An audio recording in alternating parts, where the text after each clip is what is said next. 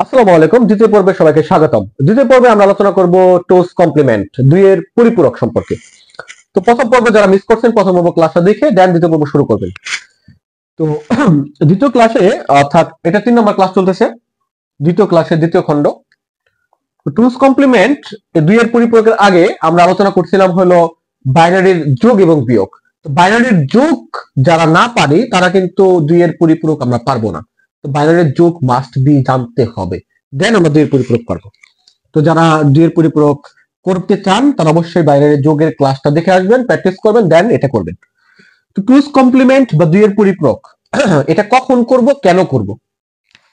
টুস কমপ্লিমেন্ট এবং দুইয়ের পরিপূরক করতে হয় মূলত আমরা যদি কি করতে হয়, এক্সাম্পল যে কোন একটা সংখ্যাকে কোন সংখ্যা থেকে অন্য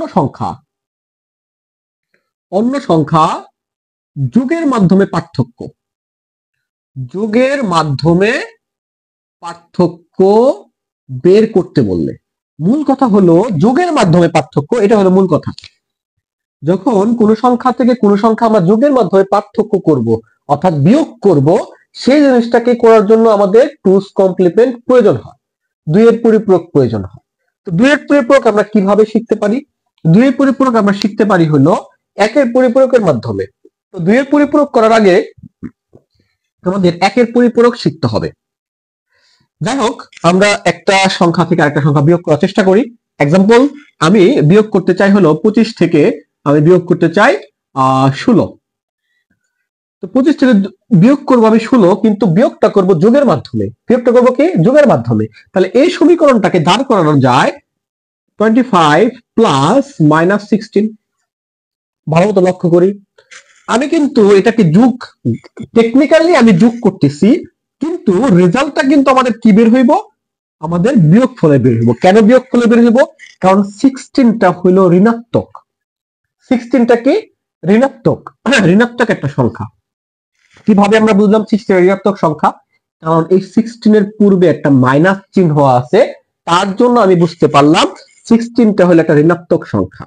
এখন 25 এর সাথে যদি মাইনাস 16 আমি যোগ করি, তাহলে রেজাল্ট কিন্তু মাইনাসেরই আসবে। টেকনিক্যালি আমি কিন্তু যোগ করতেছি, কিন্তু রেজাল্ট হইতাছে বিয়োগের। এই যে জিনিসটা, এই জিনিসটাই কি বলবো? টুস কমপ্লিমেন্ট করা। এখন এই জিনিসটা আমরা আমাদের দশমিকের সংখ্যায় করা যাবে না। তাহলে কিভাবে করতে হবে? আমাদের এই জিনিসটাকে বাইনারি নিতে হবে, এই জিনিসটাকে বাইনারি নিতে হবে। তো বাইনারি নিতে গেলে আমি যদি বলি 25 এর আমি বাইনারি একটা সংখ্যা দাঁড় করাবো, তো 25 এর বাইনারি সংখ্যা দাঁড় করাতে গেলে আমাদের টেকনিক্যালি এই যে আমাদের রুল ছিল 2 1 2 4 8 16 এন্ড 32 দরকার নাই, কারণ 32 25 এর চাইতে বেশি হয়ে যায়। আমি 16 পর্যন্ত থামলাম। এখন 25 কিভাবে হবে? 16 সাথে 8 যোগ করলে হয় 24। এই 24 এর সাথে 1 যোগ করলে হবে 25। সো রেজাল্ট হবে 1 1 1। 16 দরকার, 8 দরকার, 24 আর 1 দরকার 25, বাকি 4 এবং 2 প্রয়োজন নাই। সো আমাদের এখানে যে 25 এর বাইনারি সেটা হলো 1 1 0 0 1। অনুরূপ ভাবে আমি 16 বাইনারি তৈরি করব। এখানে 16 আছে, এই 16 বাইনারি তৈরি করব। তো 16 দিকে তাকাই, এই যে 16 আছে, সো 1, আর বাকিগুলা কি হয়ে যাবে? দরকার নেই, 0। তাহলে আমাদের 16 বাইনারি হলো 1 0 0 0 0, চারটা 0।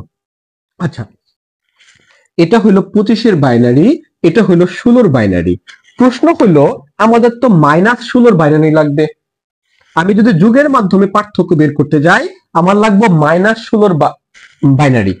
মাইনাস 16 যে বাইনারি সেটা কিন্তু দেখতে এরকম হবে না। এখন প্রশ্ন হলো, স্যার এটার আগে তো মাইনাস চিহ্ন দিয়ে দিলেই হয়ে যায়, কিন্তু বাইনারিতে তো মাইনাস চিহ্ন দেওয়া যায় না, কারণ বাইনারি জিনিসটা হলো কম্পিউটারের ভাষা। কম্পিউটার কিন্তু মাইনাস বুঝে না। কম্পিউটার সমস্ত গাণিতিক কাজ করে কিসের মাধ্যমে? যোগ এবং গুণের মাধ্যমে। তো ওর মধ্যে তো আর বিয়োগ নাই, তো আমি চাইলেও এখানে বিয়োগ চিহ্ন ব্যবহার করতে পারবো না। তো এটা যদি বিয়োগ চিহ্ন ব্যবহার না করতে পারি, তাহলে আমি কিভাবে মানটা বের করব? তাহলে একটা জিনিস টেকনিক্যালি বুঝেন, এটা বিয়োগ দেওয়া যাবে না, তার মানে মাইনাসের কি মান নাই? মাইনাস 16 কি কিছু নাই? অবশ্যই আছে। যেমন 16 এর মান এটা, -16 এর মান হইব 2 এর পরিপূরক যেটা সেটা। এখন তাহলে এই যে ঋণাত্মক যে থাকবো সেই জিনিসটাকে আমরা 2 এর পরিপূরক করব। তাহলে 2 এর পরিপূরকের সংজ্ঞা কি দাঁড়াইলো? 2 এর পরিপূরকের সংজ্ঞা দাঁড়াইলো ঋণাত্মক যে সংখ্যা থাকবে তাকে আমরা 2 এর পরিপূরক করব। কাকে 2 এর পরিপূরক করব? ঋণাত্মক অর্থাৎ মাইনাস যুক্ত যে সংখ্যাটা থাকবে তাকে 2 এর পরিপূরক করব। যেমন এই 16 যে রেজাল্ট আসছে এই 16টাকে আমরা 2 এর পরিপূরক করব। এখন প্রশ্নে অনেক সময় কিন্তু মাইনাস চিহ্ন দেওয়া থাকবে না, আমরা বুঝতে পারবো না যে কোনটা মাইনাস কোনটা প্লাস। সেই ক্ষেত্রে প্রশ্ন বলা থাকবে, যেমন বলা থাকলো একটা কলমের দাম 20 টাকা আরেকটা কলমের দাম 16 টাকা। এখন কত দাম বেশি প্রথমটার সেটা বাইনারির 2 এর পরিপূরকের সাহায্যে বের করে দেখাও। তো কত দাম বেশি বলছে তার মানে বিয়োগ করতে হইব 20 থেকে 16 রে 4 টাকা রেজাল্ট আসবো।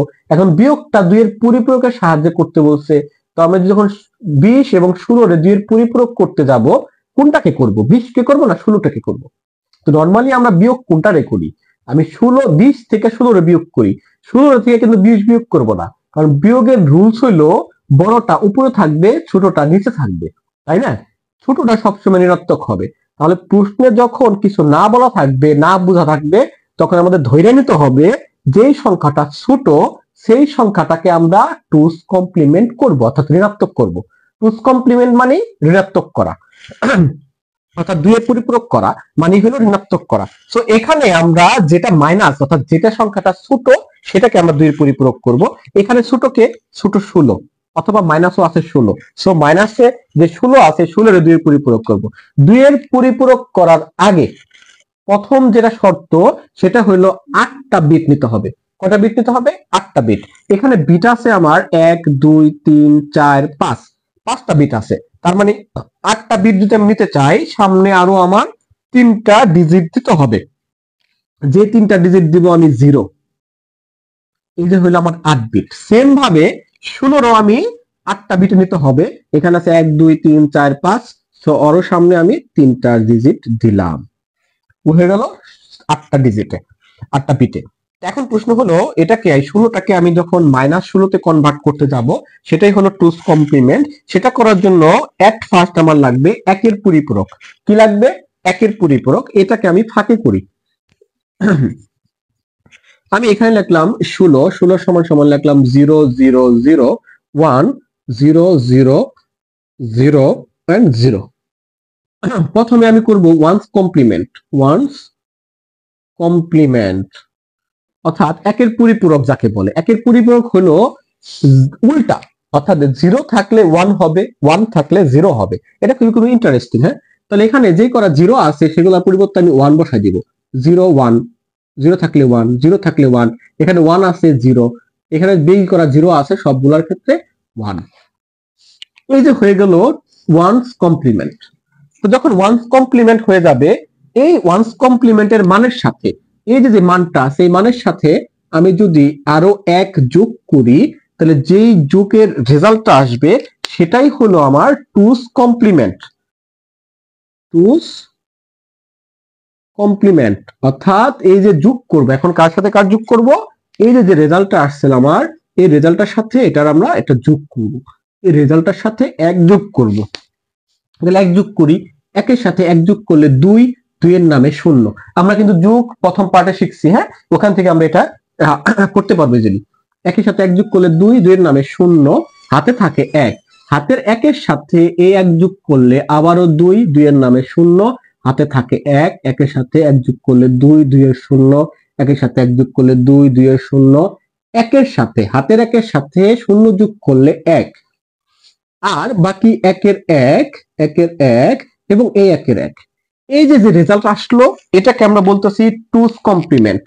টুস কমপ্লিমেন্ট, এই টুস কমপ্লিমেন্টই হলো আমার 16 ঋণাত্মক মান, অর্থাৎ এই 16 প্লাসের মান হলো এটা দেখতে এরকম বাইনারিতে, আর 16 যে মাইনাসের মানটা এই যে 16 মাইনাসের মানটা দেখতে এরকম।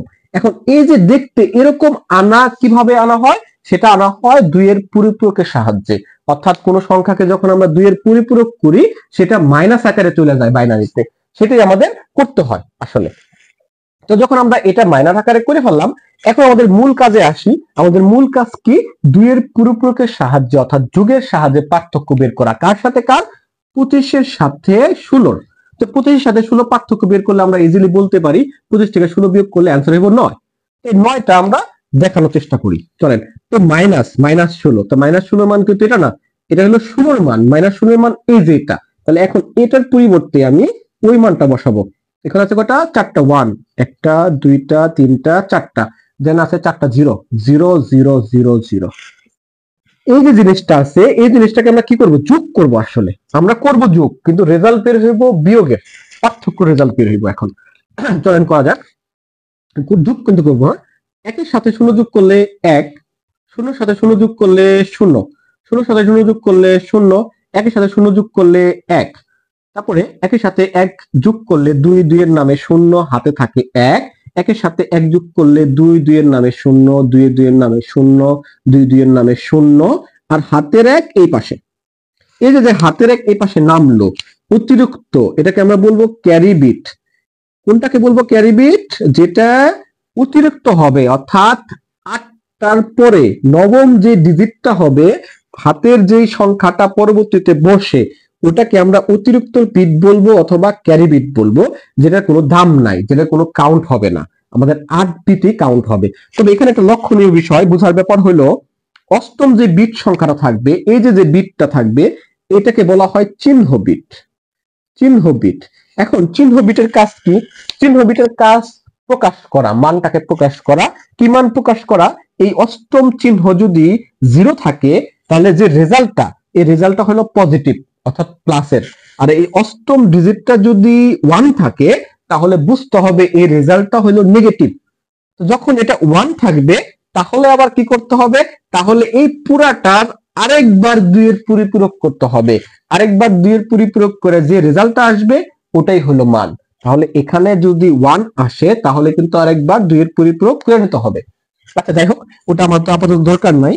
তো আমাদের এখন রেজাল্ট আসলো কত? আমাদের রেজাল্ট আসলো এই অতিরিক্তটা বাদে বাকি যে 8টা ডিজিট আছে, এই 8টা ডিজিটের মধ্যে সামনে 4টা হলো 0, তো সামনে গুলা কোনো কাজ নাই। বাকি যেগুলো আছে 0 1 0 0 1, এটা হলো বাইনারি। তো এটার বাইনারি থেকে যদি আমি দশমিকে কনভার্ট করতে চাই, এটা হলো 1, এটা 2, এটা 4, এটা 8। তাহলে এখানে 8 এবং কি আছে? 1 আছে, আর এইটা 1 যোগ করলে হবে 9। সো রেজাল্ট মিলে গেছে।